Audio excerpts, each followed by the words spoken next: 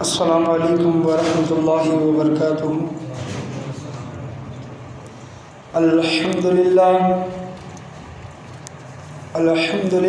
رب العالمین والعاقبۃ للمتقین، الصلاۃ والسلام علی سید الانبیاء والمرسلین وعلی آلہ وصحابہ اجمعین، اما بعد فاعوذ باللہ من الشیطان الرجیم، بسم اللہ الرحمن الرحیم۔ ان اللہ وملائکتہ یصلون علی النبی یا ایھا الذین آمنوا صلوا علیہ وسلموا تسلیما، اللہم صل علی سیدنا ومولانا محمد وبارک وسلم صلوا علیہ وعلى آلہ الشاہدین والشاکرین والحمد للہ رب العالمین۔ تقریر کا آغاز کرنے سے پہلے بہتر اور مناسب ہے کہ ہم اور آپ مل کر گنبد خضراء میں آرام فرمانے والے آقا حضور پرنور شفیع یوم النشور جناب احمد مجتبیٰ محمد مصطفیٰ صلی اللہ علیہ وسلم کی بارگاہ اقدس بے پناہ میں درود و سلام کی ڈالی پیش کرے، پڑھیے بآواز بلند اللہم صلی علی سیدنا و مولانا محمد مبارک وسلم صلی اللہ علیہ، اور ایک مرتبہ نبی اور آل نبی کی بارگاہ میں درود و سلام کا ہدیہ نثار کریں، اللہم صلی علی محمد وعلی آل محمد مبارک وسلم صلی اللہ علیہ، الصلاۃ والسلام علیک یا رسول اللہ صلی اللہ علیہ وسلم۔ 2 جمعہ پہلے درود شریف کے فضائل و برکات کے متعلق میں آپ کے سامنے بیان کر رہا تھا، اور پچھلا جمعہ حضرت سیدنا خالد بن ولید رضی اللہ تعالیٰ عنہ کے متعلق یوم وصال کے متعلق بولا گیا، اور انشاءاللہ عز و جل آج پھر یہ دوسرا جمعہ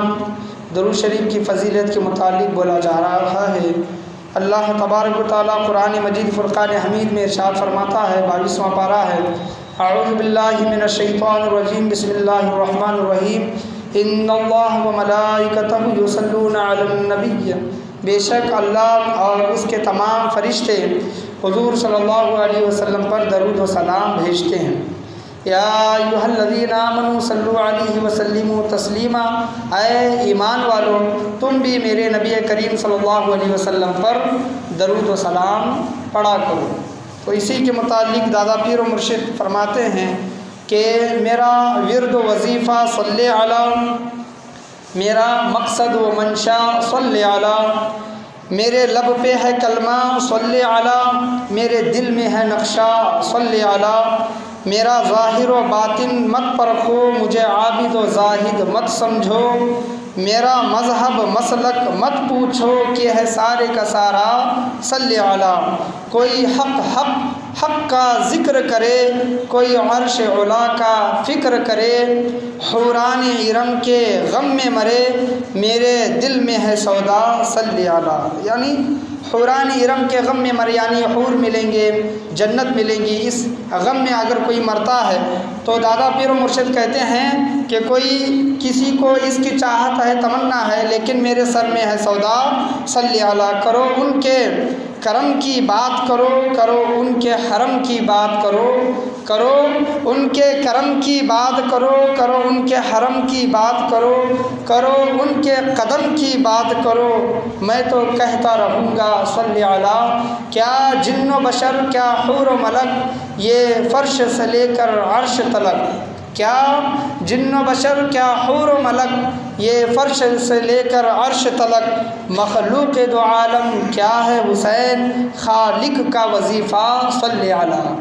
اللہ تبارک و تعالیٰ کا وظیفہ، خالق کا وظیفہ صلی علیہ، اسی لیے اللہ تبارک و تعالیٰ قرآن کریم فرقان حمید میں فرماتا ہے ان اللہ و ملائکتہ یصلون علی النبی، اللہ اور اس کے سبھی فرشتے، تمام فرشتے حضور صلی اللہ علیہ وسلم پر درود و سلام بھیجتے ہیں۔ تو مخلوق دو عالم کیا ہے حسین، خالق کا وظیفہ صلی علی۔ پڑھیے ایک مرتبہ درود شریف، اللہم صلی علی سیدنا و مولانا محمد وبارک وسلم صلی اللہ علیہ، الصلاۃ والسلام علیک یا رسول اللہ صلی اللہ علیہ وسلم۔ تو گزشتہ جو 2 جمعہ پہلے احادیث کریمہ اور کچھ واقعات کے روشنی میں میں نے آپ کے سامنے درود و سلام کی فضیلت و برکت کے متعلق بیان کیا، اور انشاءاللہ عز و جل آج دوسرا جمعہ ہے، اسی درود شریف کے متعلق میں آپ کے سامنے بیان کرنے کے لیے کھڑا ہوا ہوں کہ سیدنا علی المرتضیٰ رضی اللہ تعالیٰ عنہ راوی ہیں حدیث کے، اور وہ حضور صلی اللہ علیہ وسلم کے ساتھ کہیں ہمراہ سفر میں تھے، اور یہ حدیث روایت کرتے ہیں کہ میں آپ صلی اللہ علیہ وسلم کے ساتھ سفر میں تھا اور پیچھے پیچھے تھا، اور میں دیکھ رہا تھا کہ آپ صلی اللہ علیہ وسلم جس جگہ سے گزرتے ہیں، یعنی جنگلی علاقہ تھا، اور آپ صلی اللہ علیہ وسلم گزر رہی ہیں، تو حضرت سیدنا علی المرتضیٰ رضی اللہ تعالیٰ عنہ فرماتے ہیں کہ میں نے ایسا کوئی درخت نہیں دیکھا اور ایسا کوئی پتھر نہیں دیکھا کہ جو درخت اور پتھر حضور صلی اللہ علیہ وسلم پر درود و سلام پڑھتے ہیں۔ سبحان اللہ، یعنی ہر درخت اور ہر پتھر حضور صلی اللہ علیہ وسلم پر الصلاۃ والسلام علیک یا رسول اللہ صلی اللہ علیہ وسلم درود و سلام پڑھ رہے تھے، اور حضرت علی المرتضیٰ رضی اللہ تعالیٰ عنہ فرماتے ہیں کہ یا رسول اللہ صلی اللہ علیہ وسلم یہ درود و سلام جو پتھر اور درخت آپ پر درود و سلام جو پڑھتے ہیں، تو حضرت علی المرتضیٰ رضی اللہ تعالیٰ عنہ نے جب دریافت کیا تو آپ صلی اللہ علیہ وسلم نے کہا کہ اے علی، یہ درخت، شجر و حجر، یہ تمام جو چیزیں ہیں اللہ تبارک و تعالیٰ کی مخلوق ہیں، یہ تمام چیزیں میری معرفت رکھتی ہیں، یعنی مجھے پہچانتے ہیں کہ میں نبی آخر الزماں ہوں، نبی آخر الزماں صلی اللہ علیہ وسلم آخری نبی ہوں، اللہ کا بھیجا ہوا رسول ہوں، اسی وجہ سے یہ درخت، پتھر ہو یا پھر درخت ہو، مجھ پر درود و سلام پڑھتے ہیں، مجھ پر درود و سلام پڑھتے ہیں۔ بعض لوگ یہ سوال کرتے ہیں کہ پتھروں میں تو کوئی جان نہیں ہوتی،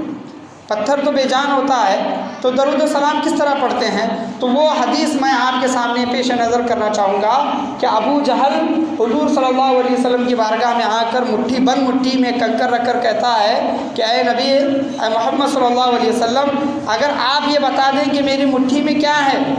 تو میں آپ پر ایمان لے کر آؤں گا۔ تو حضور صلی اللہ علیہ وسلم نے ابو جہل سے کہا تھا، یہ بھی حدیث ہے میں آپ کے سامنے بیان کر رہا ہوں، حضور صلی اللہ علیہ وسلم نے ابو جہل سے کہا تھا کہ میں خود کہوں کہ تیرے مٹھی میں کیا ہے، یا پھر جو تیری مٹھی میں ہے وہ خود گواہی دے کہ میں کیا ہوں، میں کون ہوں۔ تو ابو جہل کہنے لگا کہ یہ تو بہت اور اچھی بات ہے۔ تو حضور صلی اللہ علیہ وسلم نے جب ابو جہل پر کی مٹھی پر جب نگاہ ڈالی تو کنکریاں خود کلمہ پڑھ رہی تھی ابو جہل کے مٹھی میں۔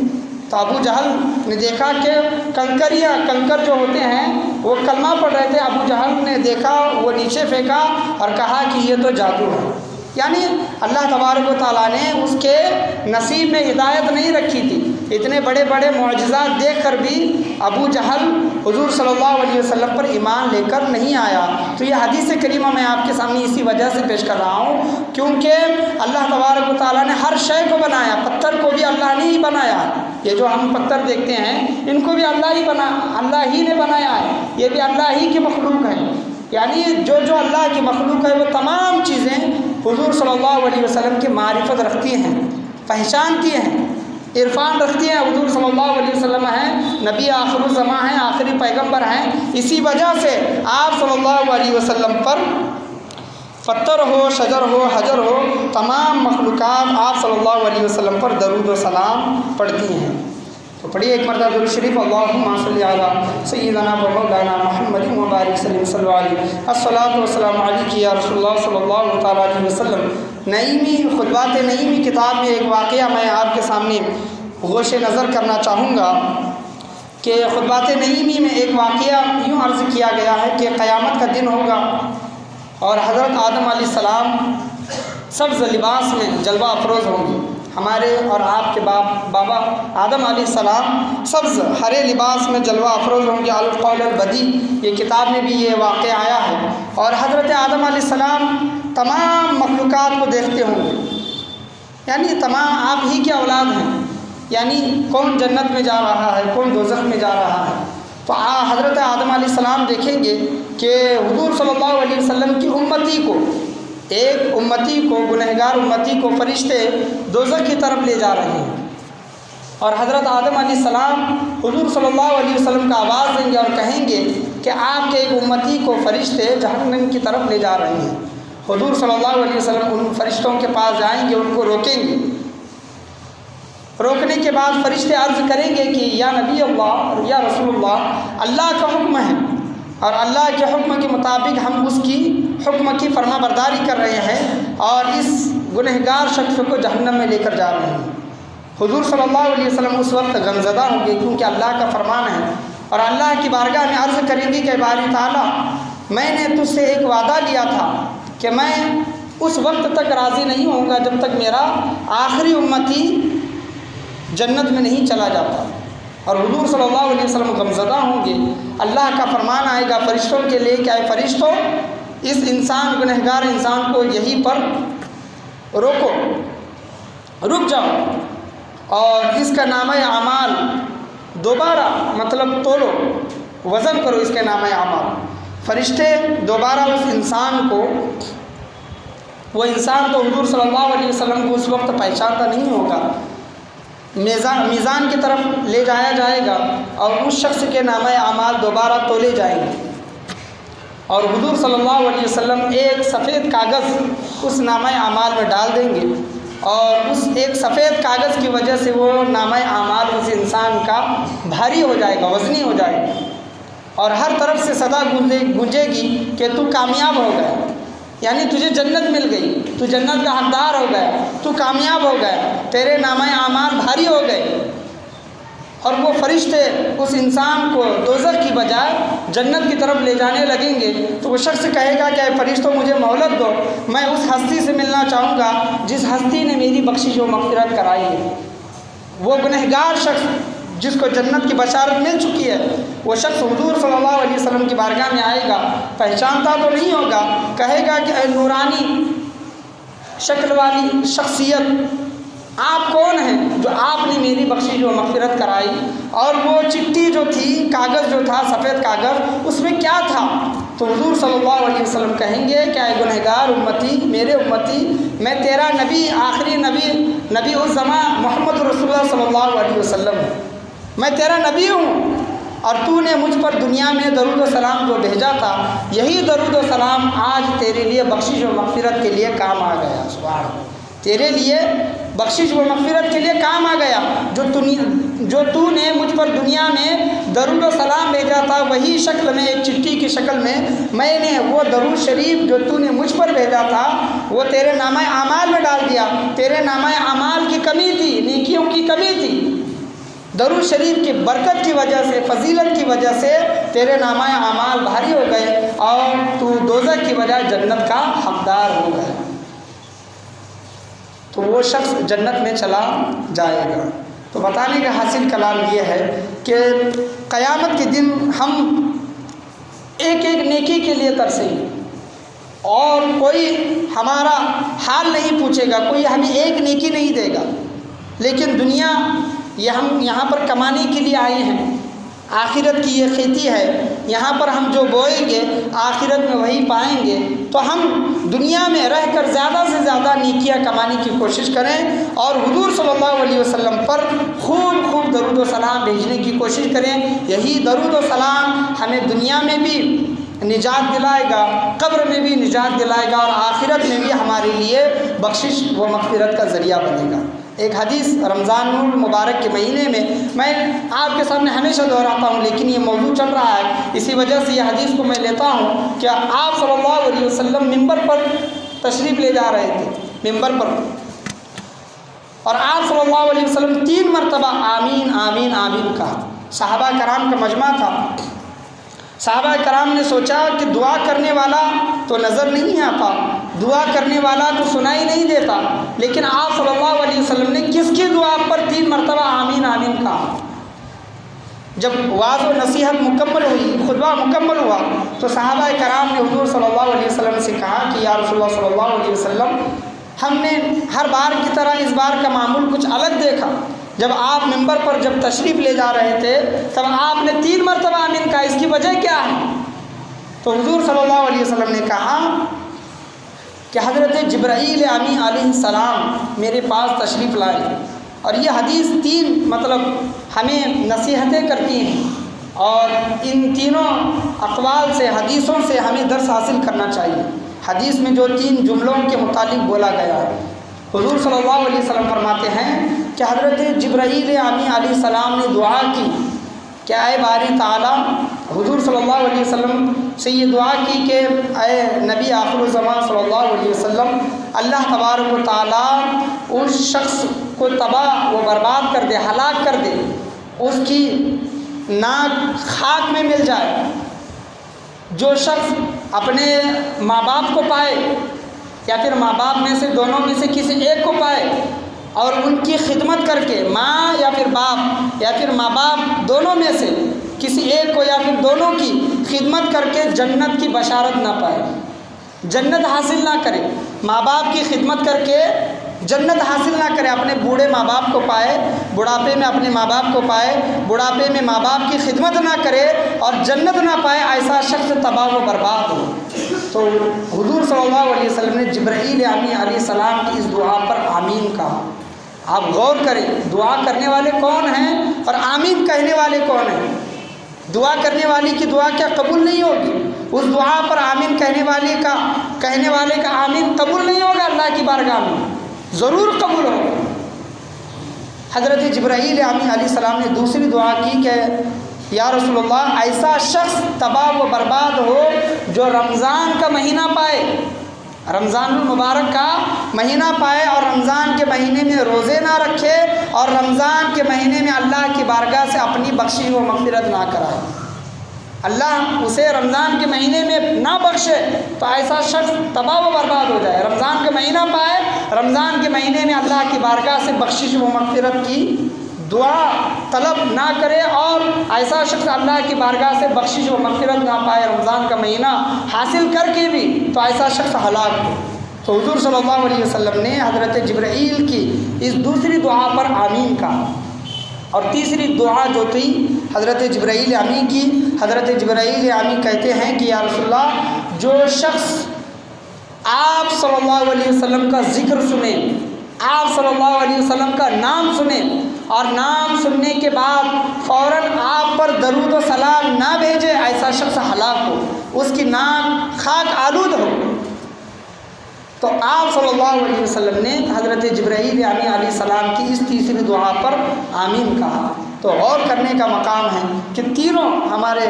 مطلب یہ نکات ہمارے سامنے ہیں، حدیث کے نکات، کہ ہم اپنے بوڑھے ماں باپ کو پاتے ہیں، کیا ہم ان کی خدمت کرتے ہیں، کیا ہمارے بوڑھے ماں باپ ہم سے راضی ہیں؟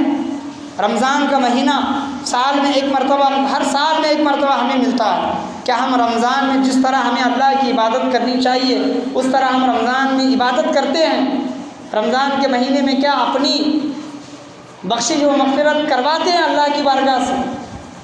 سوچنے کا، غور کرنے کا مقام ہے۔ اور دوسری چیز، جب کبھی بھی حضور صلی اللہ علیہ وسلم ہو، محمد صلی اللہ علیہ وسلم ہو، سرکار دو جہاں صلی اللہ علیہ وسلم ہو، جس طرح کے نام ہے آپ صلی اللہ علیہ وسلم کے نام نامی اس میں گرامی بہت ہے،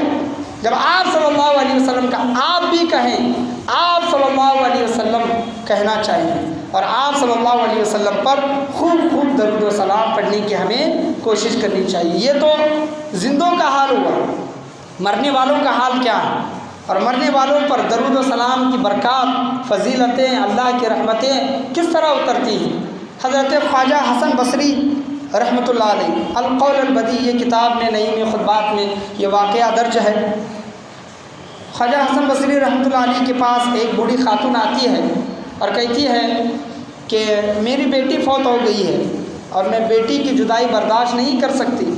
اور جب سے بیٹی فوت ہو گئی ہے میں بے چین ہوں، لہٰذا میں اس کو خواب میں دیکھنا چاہتی ہوں،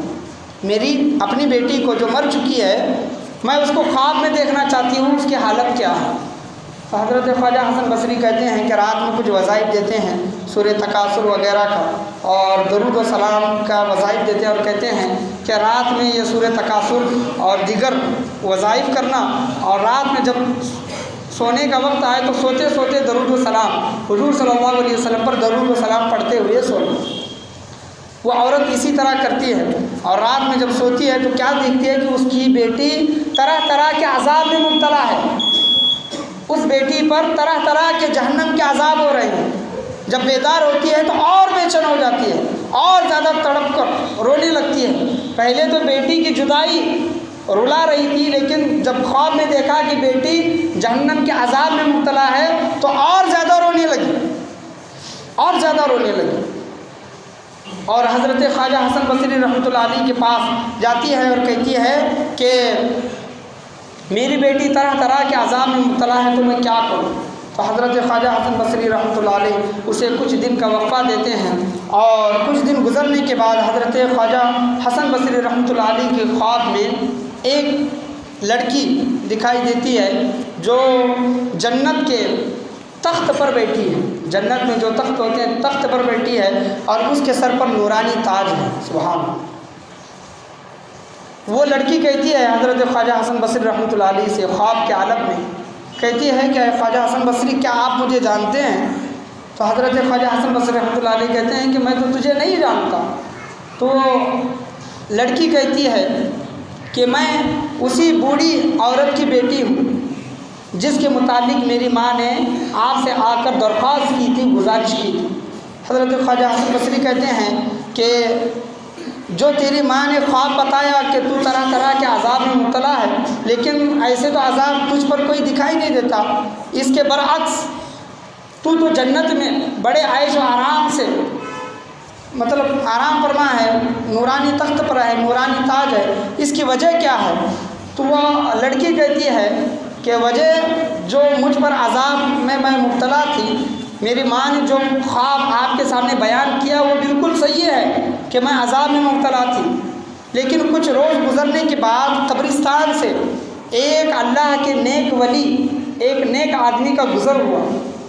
قبرستان سے جہاں پر لوگ دفن ہو گئے وہاں سے ایک نیک انسان کا گزر ہوا، اور وہ نیک انسان اس قبرستان سے گزرتا ہوا حضور صلی اللہ علیہ وسلم پر درود و سلام پڑھ رہا تھا۔ سبحان اللہ۔ روح البیان میں بھی یہ واقعہ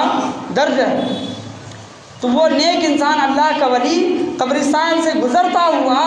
درود و سلام حضور صلی اللہ علیہ وسلم پر پڑھ رہا تھا، تو اللہ تبارک و تعالیٰ نے اس درود شریف کی برکت سے، اس درود شریف کے صدقے میں قبرستان میں جتنے بھی لوگ دفن تھے،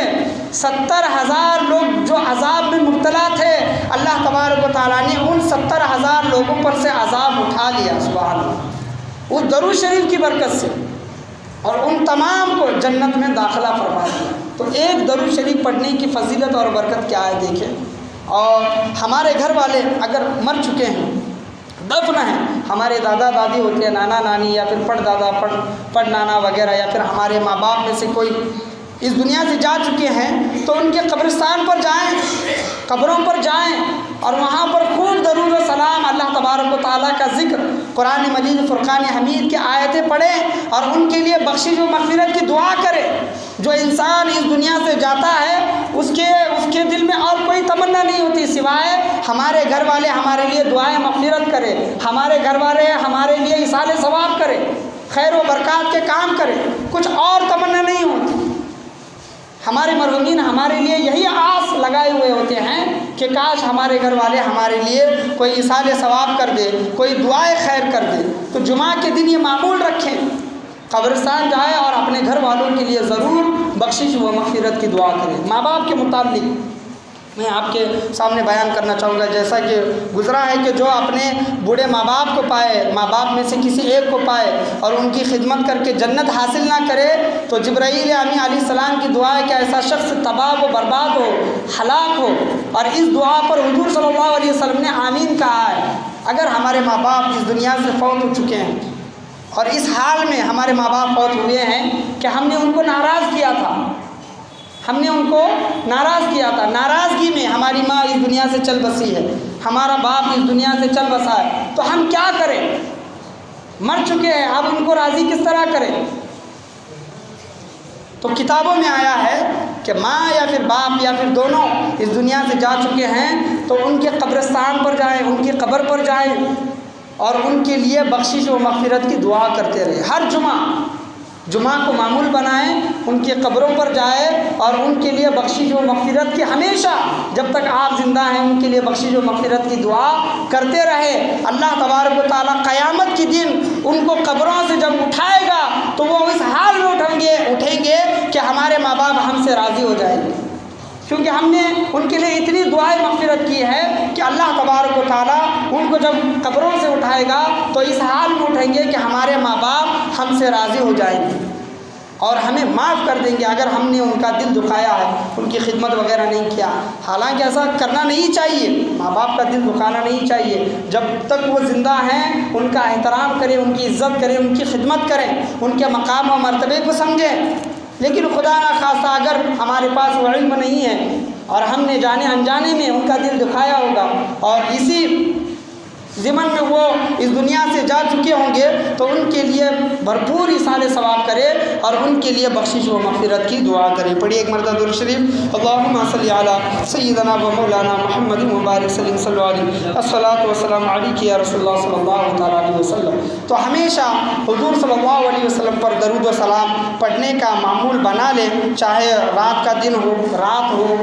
دن ہو، دوپہر کا وقت ہو، جب کبھی بھی ہمیں وقت ملتا ہے تو حضور صلی اللہ علیہ وسلم پر ہمیشہ درود و سلام پڑھا کریں۔ حدیث کریمہ میں جیسا کہ حضور صلی اللہ علیہ وسلم پر درود و سلام پڑھنے کا موضوع جو چل رہا تھا، اس درود و سلام میں کے موضوع میں ایک حدیث یہ بھی تھی کہ اللہ تبارک و تعالیٰ نے ایک فرشتہ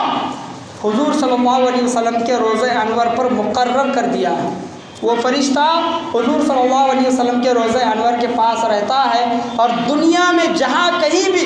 کوئی امتی حضور صلی اللہ علیہ وسلم پر درود و سلام پڑھتا ہے تو وہ فرشتہ حضور صلی اللہ علیہ وسلم کی بارگاہ میں درود و سلام پیش کرتا اور کہتا ہے کہ یا رسول اللہ صلی اللہ علیہ وسلم، فلاں شخص نے، فلاں کے بیٹے نے اس مقام سے، اس دیش، اس ملک سے آپ پر درود و سلام بھیجا ہے،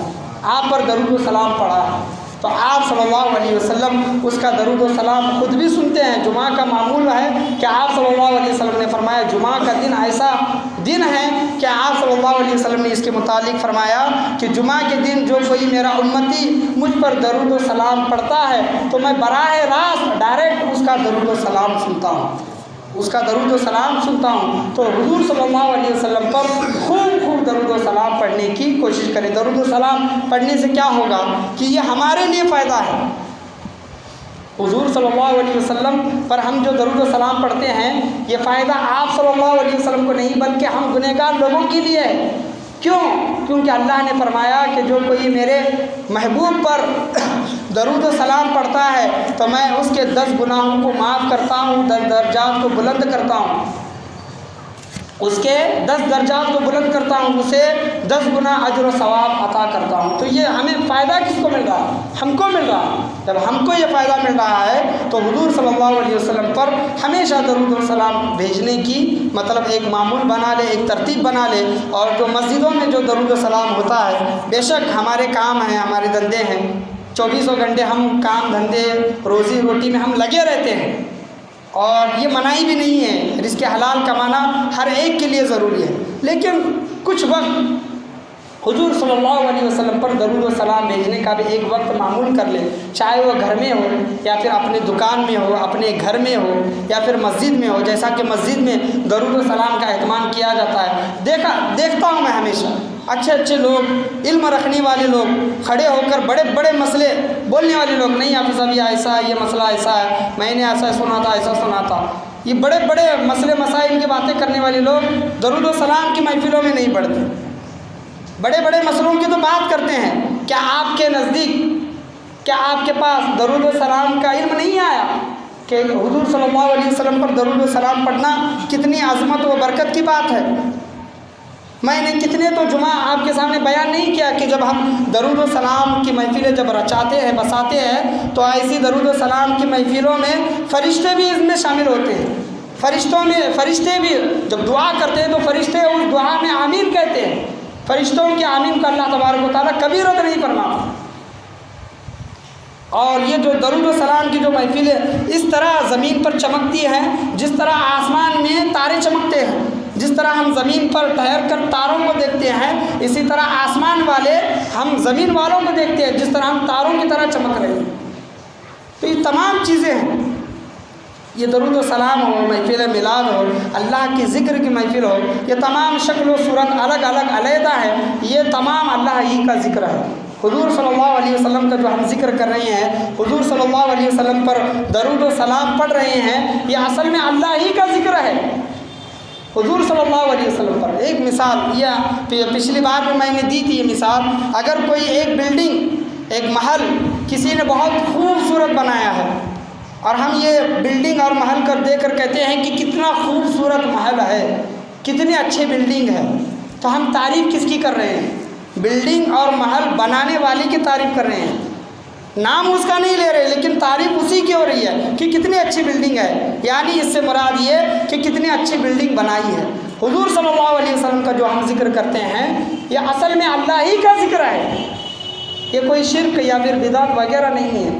اللہ نے قرآن کریم فرقان حمید میں صاف صاف ارشاد فرمایا ہے، ان اللہ و ملائکتہ یصلون علی النبی، بے شک اللہ اور اس کے فرشتے حضور صلی اللہ علیہ وسلم پر درود و سلام پڑھتے ہیں۔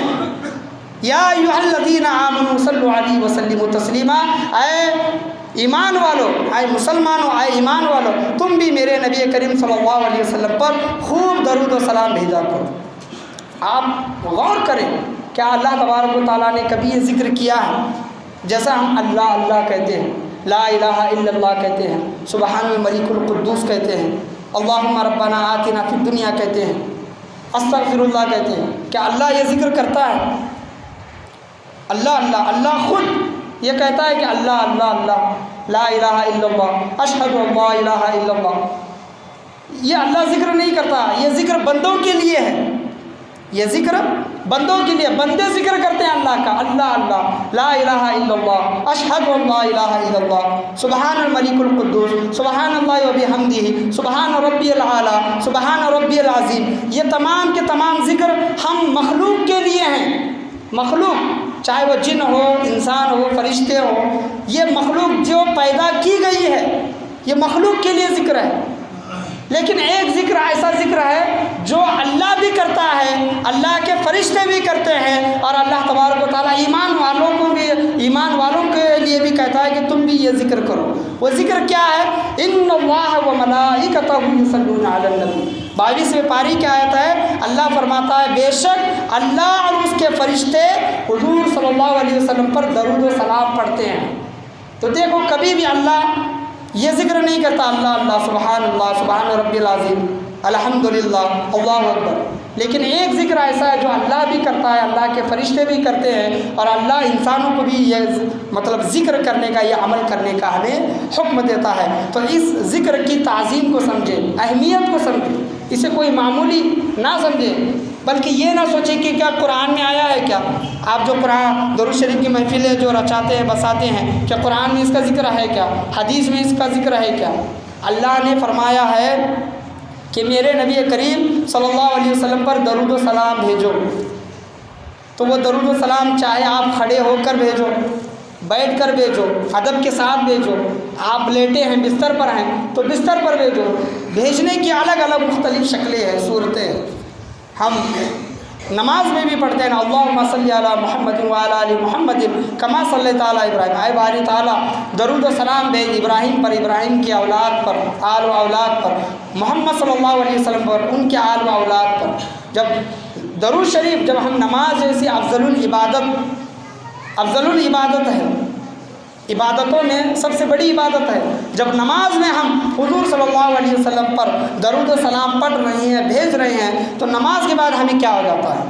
جب کہا جاتا ہے، دعوت دی جاتی ہے کہ درود و سلام کی محفل ہے، آپ اس میں شامل ہو جائیں، تو ہمارا دکان یاد آ جاتا ہے، ہمارے گھر کے کام یاد آ جاتے ہیں، ہمارے دوست یاد آ جاتے ہیں۔ اصل میں یہ شیطان ہمارے دل میں وسوسے ڈالتا ہے، ہم 5 منٹ 10 منٹ بھی وقت درود شریف کی محفل کے لیے نہیں نکالتے۔ اور وہ جناب محمد رسول اللہ صلی اللہ علیہ وسلم جب پیدا ہوئے تو یا رب حب لی امتی، اے باری تعالیٰ میری امت کو میرے حوالے کر دے۔ جب اس دنیا سے جانے کا آخری وقت آیا، ظاہراً وصال فرمانے کا وقت آیا، تب بھی امت کا خیال ہے، کہ باری تعالیٰ میری امت کے ساتھ تو کیا معاملہ کرے گا؟ تو اللہ کا فرمان ہے حضور صلی اللہ علیہ وسلم کے لیے، ہم آپ کو اتنا عطا کریں گے، اتنا عطا کریں گے، وَلَسَوْفَ يُعْطِيكَ رَبُّكَ فَتَرْضَىٰ، اے حبیب ہم آپ کو اتنا عطا کریں گے کہ آپ راضی ہو جائیں گے، اتنا عطا کریں گے قیامت کے دن۔ حضور صلی اللہ علیہ وسلم اس آیت پر فرماتے ہیں وَلَسَوْفَ يُعْطِيكَ رَبُّكَ فَتَرْضَىٰ، کہ آپ صلی اللہ علیہ وسلم نے فرمایا کہ میں اس وقت تک راضی نہیں ہوں گا جب تک میرا آخری امتی، گنہگار امتی جنت میں چلا نہ جائے، جنت میں نہ جائے تب تک میں راضی نہیں ہوں گا۔ تو نبی کا دیکھیے، نبی کا خیال امت کے لیے، اور ہمارا حال دیکھیے حضور صلی اللہ علیہ وسلم کے لیے، صرف درود و سلام ہی نہیں ہے بلکہ زندگی کا ہر گوشہ کیا ہمارے نبی کریم صلی اللہ علیہ وسلم کے طریقے پر ہم گزار رہے ہیں، چل رہے ہیں، اتباع و پیروی کر رہے ہیں، تو ہم کاہے کہ کیسے مسلمان۔ تو یہ درود شریف کی فضیلت کے متعلق یہ جو دوسرا ہفتہ جو چل رہا تھا اس پر ضرور غور و خوض کریں، جہاں بھی آپ کے گھر ہو، محلے ہوں، یا پھر دکانیں ہوں، یا پھر مسجدیں ہوں، خانقاہیں ہوں، وہاں پر خوب درود و سلام کا اہتمام کریں اور اس میں شامل ہونے کی ضرور کوشش کریں۔ کیا پتہ یہی محفلیں، یہی مجلسیں ہمارے لیے قیامت کے دن بخشش و مغفرت کا ذریعہ بن جائے۔ کوئی کچھ نہیں کہہ سکتا، کوئی کچھ نہیں کہ ہمارا عمل، ہم یہ گارنٹی نہیں دے سکتے کہ میرا عمل مجھے جنت میں لے کر جائے گا،